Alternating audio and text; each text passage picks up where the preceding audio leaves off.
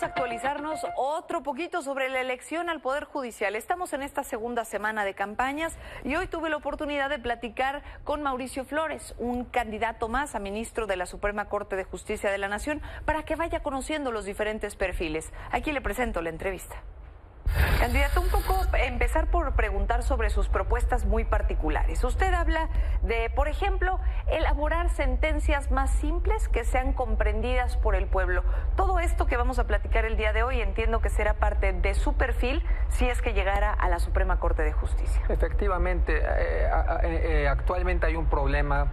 Al final, los receptores de las sentencias son gente común y corriente, no necesariamente abogados. Entonces pasa algo muy cotidiano, que es la gente cuando ya resuelven en cualquier sentido no entiende nada. ¿Y qué es lo que acaba pasando? Que hay una percepción absoluta de injusticia. El que gana y el que pierde no tienen con mucho detenimiento idea de qué pasó. Entonces yo creo que más allá de los tecnicismos que los expertos tenemos que conocerlos, la justicia tiene que ser asequible para la gente, tiene que entenderla, que sepa por qué resolvieron, cómo resolvieron, de una forma que sea fácilmente entendible, y creo que eso es algo esencial para una verdadera percepción de justicia. Si actualmente existe una idea de que hay mucha injusticia en México, es entre otros motivos, no solo porque probablemente y seguramente la hay, sino porque además en casi todos los casos no hay un entendimiento de lo que realmente sucedió.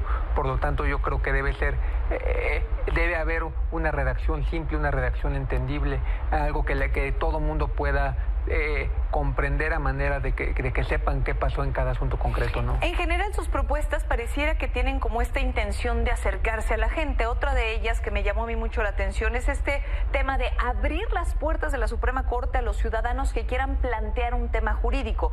Y en ese sí me gustaría que nos explicara un poquito más a qué se refiere. Es decir, si hay alguien que pensara que un caso puede ser tratado de una u de otra manera, ¿se le va a dar oportunidad de entrar? Justamente, la Corte, si bien no es muy utilizado, para empezar, cada ponencia debe tener un grupo, en el caso la mía, de ser electo, un grupo de personas que pueda recibir a la gente y eventualmente ver cuáles son estas inquietudes que tengan para nosotros poder hacer estos planteamientos al Pleno. Es decir, todos los días en las decisiones diarias que toma la gente hay cuestiones jurídicas. Y en todos estos tipos de asuntos que hay en los tribunales y en aquellos que sea de la competencia de la Corte, nosotros tenemos que escuchar a la gente y atraer a aquellos que tengan mayor relevancia para poder al final construir criterios jurídicos que favorezcan a la población. Entonces, si nos pusiéramos en una figura distante y abstracta, sin acceso a la gente, pues nunca vamos a entender cuáles son sus reales preocupaciones. Al final, como siendo un poder de la Unión, siendo además ahora electos por voto popular, es indispensable que la gente sepa que aquellos problemas que les preocupan, que son su día a día y que al final requieren que se definan jurídicamente, pues que el más alto tribunal los escuche y resuelva ese tipo de temas en el ámbito de su competencia, por supuesto. ¿Qué opina, por ejemplo, en este momento de lo que está haciendo el proceso para seleccionar a jueces, ministros, magistrados? ¿Qué opina de la propia elección? A ver, si yo no creyera en el proceso no estaría en él. Es decir, ahí tendría que hacer una opinión personal conforme a lo que yo he vivido. Ha sido un proceso transparente, ha sido un proceso donde todos hemos participado llenando ciertos documentos, haciendo algunos otros, y justamente ha sido un proceso que a mi parecer ha sido transparente. Creo que hay grandes perfiles y casi todos los perfiles electos son muy buenos. Entonces me parece que quizá contrario a la percepción de muchos, a mi parecer ha sido una cuestión absolutamente transparente y que sin duda puede generar una mejora sustancial en la administración de justicia en México. ¿Cómo cree que se puede lograr garantizar una independencia por parte del Poder Judicial, mientras que al mismo tiempo sabemos que esta propia elección ha sido pues impulsada por el Poder Ejecutivo, acompañada por el Poder Legislativo, y que de alguna manera quienes van a votar son quienes son afines a quienes en este momento están pues en el Poder Ejecutivo? Yo lo dividiría de dos formas. La primera, y voy a irme a la parte popular, Corte, Tribunal de Disciplina, pues en realidad si quisiera el partido en el poder, el partido oficial, el oficialista, un control sobre estos tribunales, disciplina y la Corte, pues ya lo tendría en la forma en que se elegían anteriormente estos cargos, pues lo único que necesitaban es esperar el retiro de algunos ministros y el cese en el cargo de algunos consejeros para tener el control pleno tanto de la Corte como del Consejo. Si no hubiera una voluntad realmente democrática, pues en realidad esto, lejos de ser una buena decisión, hubiera sido una mala, porque el control de de esos lugares superiores ya lo tendrían. Por otro lado, entonces en ese sentido creo que no es una cuestión eminentemente política.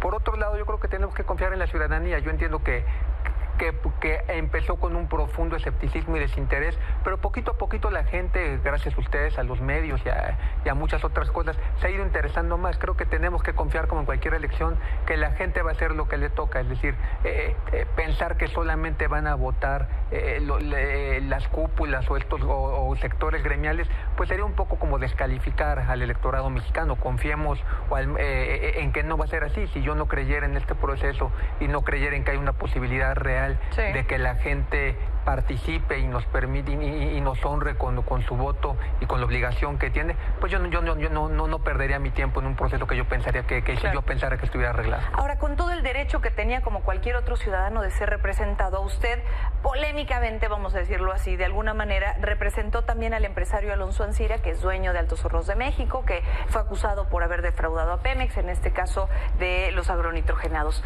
¿Esto cree que de alguna manera puede influir, aunque era el pleno derecho como ciudadano de ser representado, en lo que representa para el pueblo, su figura? A ver, yo en el ejercicio de la profesión han llegado diversos asuntos a mí. Ese no es el único asunto que he llevado. Tengo muchísimos asuntos pro bono, muchísimos asuntos de defensa de mujeres y de muchísimos tipos.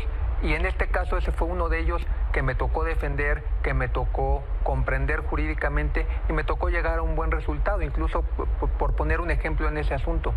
Hasta el día de hoy, donde tuve el gusto de defender al licenciado Ancira, ese asunto se acabó resolviendo por conducto de un acuerdo reparatorio, es decir, lo que acabó pasando en ese asunto, lejos de haber una cuestión, independientemente, porque no ha habido una condena y yo no puedo emitir un pronunciamiento ni a favor ni en contra, y en su caso lo tendrá que hacer a favor por ser el abogado defensor.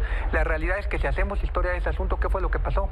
Al día de hoy ha sido la recuperación de activos más importante de la historia del país. Entonces, oye, el que yo defienda empresarios como el licenciado Ancira, no solo no generó, derivado también de las decisiones que yo tomé como defensa, una cuestión negativa para el país, sino, repito, con independencia, no se ha declarado su culpabilidad de ninguna forma, entonces hasta este momento es inocente, pero además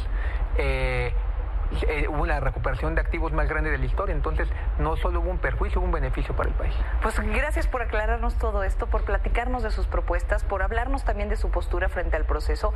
Como lo hemos hecho con todos los candidatos, el tiempo que necesitamos compartir con usted ha concluido, pero sin duda esto va a ser una motivación para que los ciudadanos lo empiecen a conocer e investiguen un poco más sobre todo lo que ha sido su currículum y su carrera. Muchísimas gracias. No sabes cómo le agradezco su tiempo, a su auditorio, a Grupo Milenio por darme la oportunidad de estar aquí. Muchas gracias. Gracias, candidato Mauricio Flores Castro.